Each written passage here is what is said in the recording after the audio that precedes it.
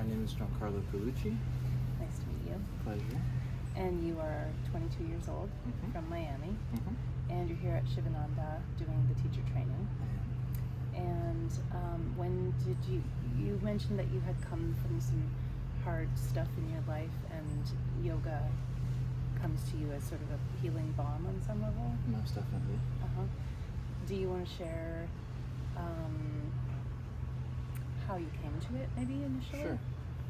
Sure. I think I was fortunate enough that around the age of 14, a friend of mine who was 18 at the time just came back from, I think, a couple weeks he spent with his dad in a tent here. Okay. And he said the experience was wonderful. Yeah. And my mother at the time really wanted to go to the Grand Canyon.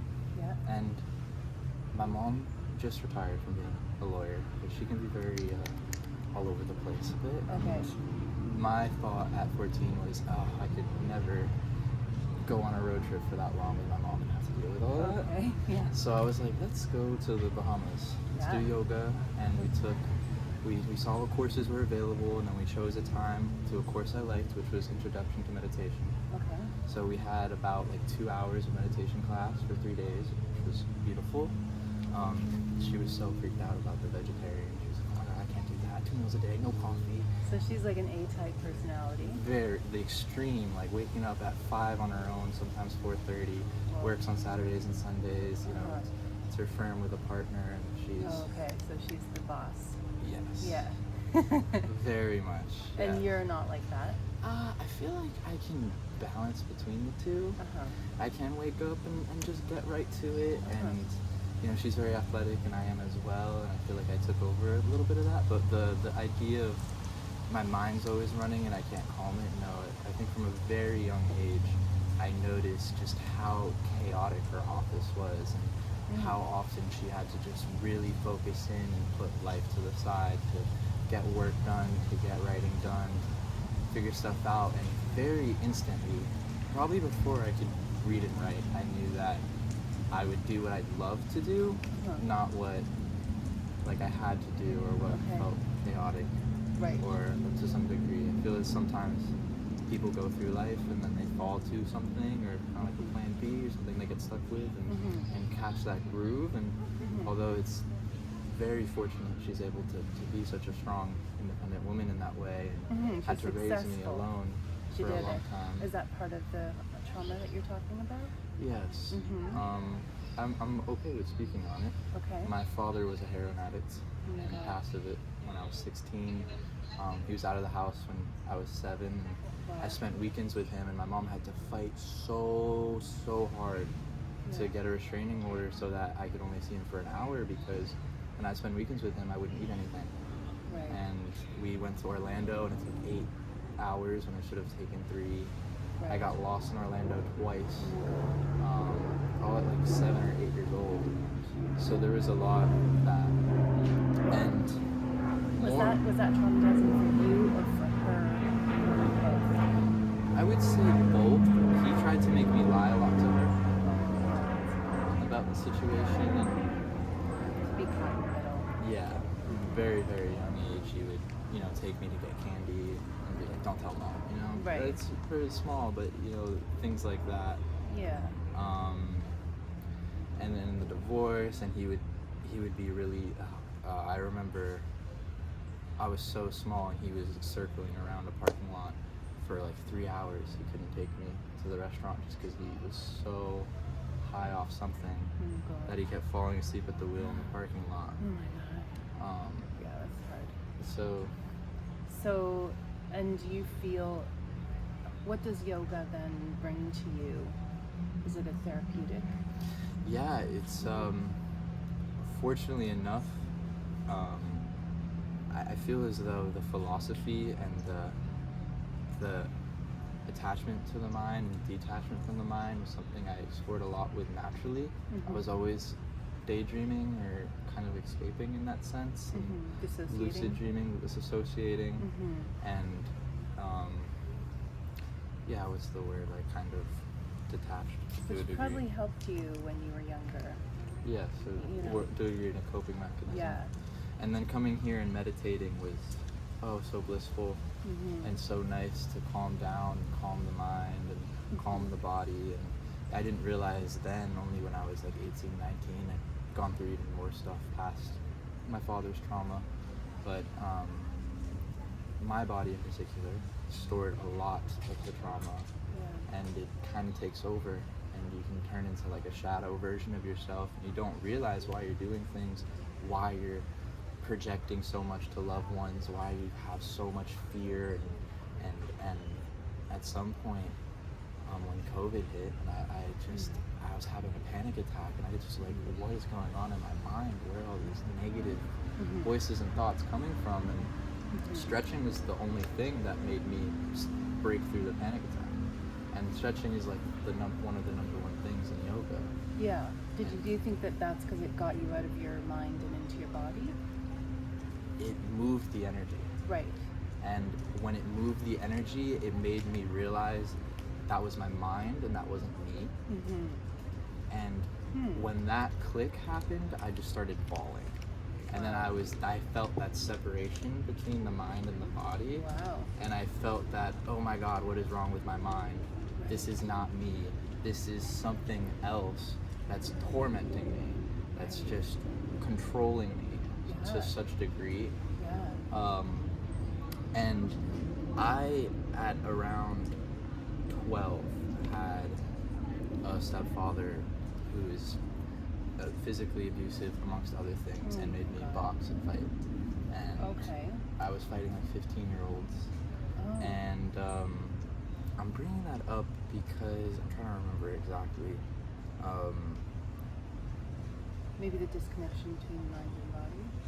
Yeah, and I think it had something specifically to do with me coming to that realization and coming to these things. Now I'm like, just... Because that's a way of coping, maybe, but through violence, where yoga is more of a peaceful... Yeah, it was definitely something I didn't really want to do, but it was something I was involved with, and oh man, I wish I didn't leave me. I had such a poignant reason. You were saying he was physically violent.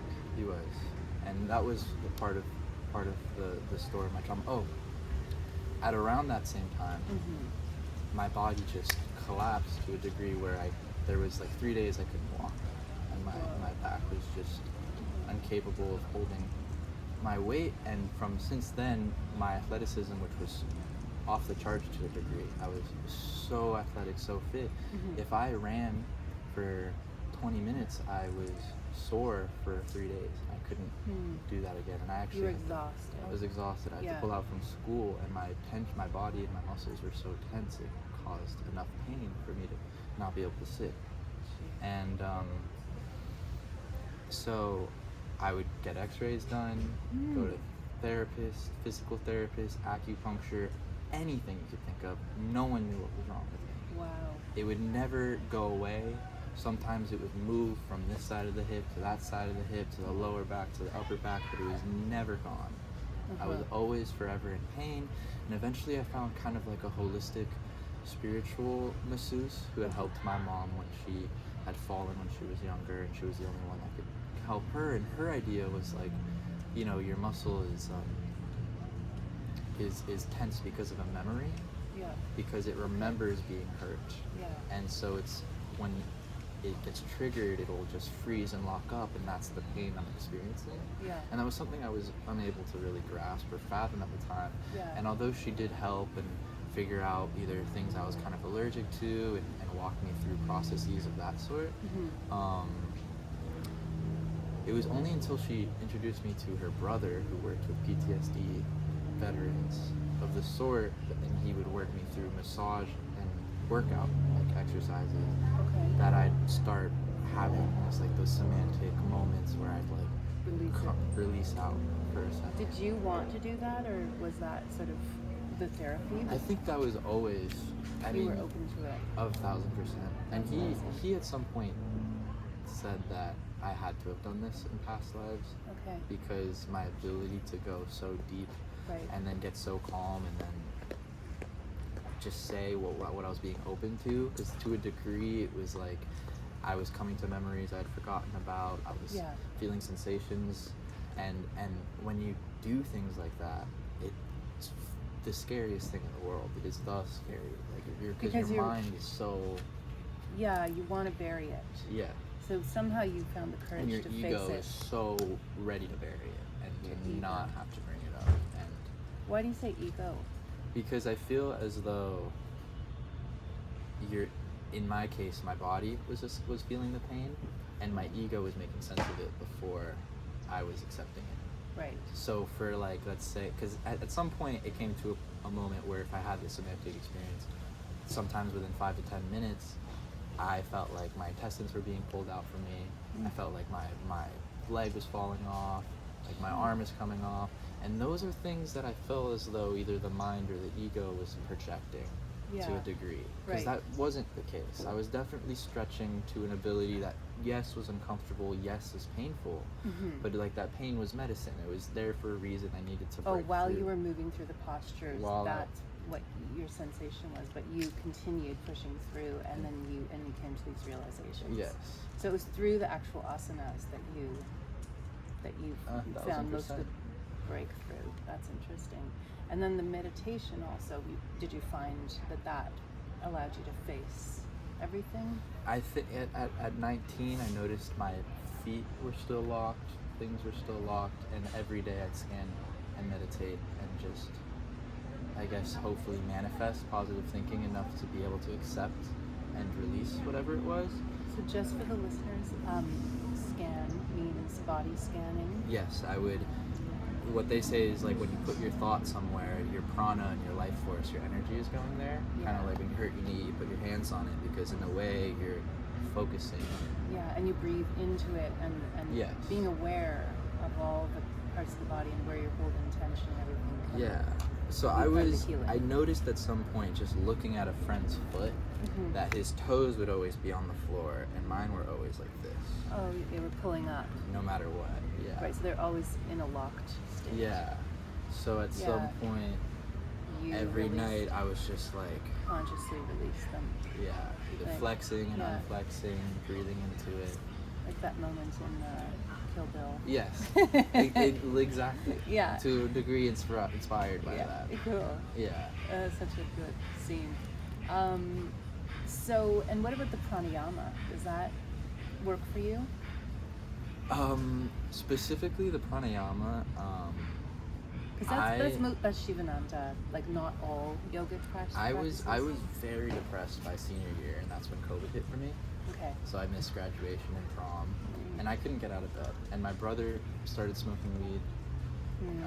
Did that picked scare up a you? habit. A little bit, or? Yeah, it scared me so much because I started smoking weed. Yeah. And I was hiding the fact that I was smoking his weed and stealing his weed just because I didn't want to admit to myself how badly I wanted to smoke. Right. And you didn't want to buy it, but you could sneak it. Yeah. Yeah. And I was hallucinating on it, and wow. I was very, very much receptive. Was that good? You liked that or not? I mean, it was escape. Yeah. It was to a degree, it put me into my body where I would then dance and do motion and stretch, and to a degree it helped. Yeah. It definitely did heal. Like if I was sober, I stayed in bed for 5 hours, like no joke, just not even on my phone, just staring at the ceiling, just wow. And if I smoked weed in the morning, I got up and I did my day. Okay. So to me it can be helpful at times. I definitely stuck to it, and for 4 years straight smoked every single day. And actually this is the longest I've been sober since then. I smoked the day I arrived, and then when I arrived, not again. So it's been now like almost 3-4 weeks. So here at Shivananda, basically there's no coffee. Yeah. We basically fast until 10 a.m. Yes. 2 vegetarian meals, 2 classes of yoga. Well, teacher training, is it 2 as well? Or it's probably more intense? It's 2 classes, 4 hours of yoga.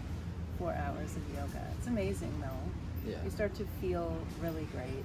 I've released trauma here as well. Within the last couple of weeks, I was sitting in class and I was on the verge of crying, and the assistant was like, "What's up? You know, you can let it go. And the second she said that, It just came I out. had to go to the beach and just wail. And it's Good. not like I knew what it was about Yeah. at all, Yeah.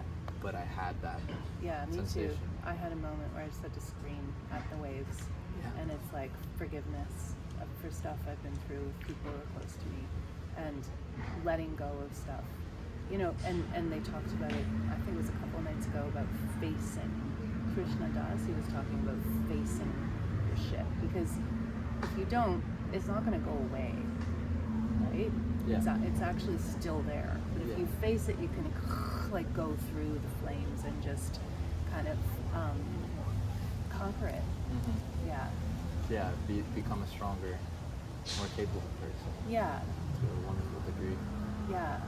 So you're feeling great and it's working for you? Oh, absolutely. I mean, I think I'm one of the only people in the class that didn't clap when they said your last week is next week. Right. Because for me, this is everything. Yeah, you would stay longer. Yeah, so specifically, I'd always wanted to come back since I was 14, and I hadn't. So the very next time. And I started a band last year with my best friend, who was the lead singer, and he passed in December. I'm so sorry. That's terrible. And he was like better than family, you know? Yeah. I'd known him since I was 14. Right. Like when I first came here. Right. And that really shook up. Yeah. And everyone in the band went to where they needed to go. Yeah. And I had a friend stay with me for a month to just be with me. And he also lost an uncle of his. And we make music together, so we're very close together. But when he had to go back to Boston and go back to school, I was like, I need to do what I have to do. And Yeah. Yeah. a week before coming here, I made my ticket to come. Amazing. Okay. That's so good. So when you go back, are you going to smoke pot again? No. No. I mean, It cleared you out. half of my friends do, Yeah. and half don't. Half have been waiting for this moment for me to come back sober. Yeah. Half for, one specifically, the one that stayed with me, has been cutting it a lot less. Yeah. It's very, very hard to do it on yourself. I've definitely tried. Yeah. I've definitely tried. Yeah. You know, but I, on my own, could go 5 days if I was with family, 2 weeks, but I was never with family more than that. Okay. And I would always come back to it. Yeah. But now you feel like you have some coping mechanisms that you can put into place in the real world. Yeah. Yeah. Yeah, and a part of me is actually really excited to see the Western world sober. Right. Because I've, since March 13th of 2020, I literally almost every single day. And you know you can always come back here, right? Yes. You need to get clean again or whatever it is. Stay focused. But the tools are good to integrate into society. You can live in the Western world and employ the regime anywhere, right? All you need is your little space, your mat, and it's portable and attention. yeah. I found that I'm really impatient, and it was hard to let go of coffee. It gave me a really bad headache. 3 days, bad headache. But I feel good now, relaxed. You know, I'd always felt withdrawals that were crazy because I smoked tobacco too. Anytime I smoked weed, that was how I did it. That's how my brother introduced it to me. And I'd actually been smoking tobacco since like 15, 16. Quit vapes like 3 years ago, but I was also vaping heavy, which is the worst. Yeah. And the second I got here, every single moment, I was looking through someone's eyes and I was talking to a stranger. Yeah. And because of that, and either it was their gratitude or their energy, the only withdrawals I felt was a 20-minute headache. Yeah. And every so often Amazing. it felt like my eyes would like readjust their zoom, you know what I mean, or their focus. Other than that, absolutely no other withdrawal symptoms. Maybe I felt somewhat more rajastic or more like anxious in a sense, but when I had withdrawal in the past, like staying with my mother and quitting, it was torturous. I couldn't sleep. I mean, the sunshine helps, and the ocean. And the food. And the food is incredible, like the clean veggie food and all the spices and herbs. Like, they are stimulating. Like having warm tea, I have it with me all day, and it's like cumin, fennel, coriander. Like it's just beautiful and deep though, because it's Ayurvedic medicine. Like it's not just fun. It's deep and rich and tried and true, and has worked for people since ancient times. So that's also pretty epic. I have this scary feeling that we're not taping, but we are. Yay! I hope it hears us though. I know. Yeah. Well, You know, I was this close to bringing mics, and I just forgot to. I went for wireless mics. I wonder if I might do something. We can just put that energy out and see. Yeah. What was I gonna ask? If people want to hear your band, can they hear your band somewhere? We were a week out from professionally recording, Okay. and he passed away. Oh God. I was actually, it's funny enough, I love that we're talking about it, because this is the first day since his pass that I've gone through the recordings, listened to them, and sent them to his mom. Yeah. And I know I should have sent it to her sooner, but I was the drummer, and Yeah. we had over 20 songs within the span of like 3 months. The way we worked so fluidly and honestly, and the way he was so vulnerable in his music was, to me, felt unmatched and so potent and so deep. And yeah, it was only now am I coming, not necessarily to terms, but I feel like I have the space to listen to it and enjoy it. That's huge progress for you. That's what I was listening to when you came up to me. That's amazing. You know. Yeah, I'm dealing with some grief right now too, and forgiveness, and it's helping to be there for sure. Yeah. So I'm really happy to meet you, and thank you so much for sharing. Really appreciate it. Have a good day.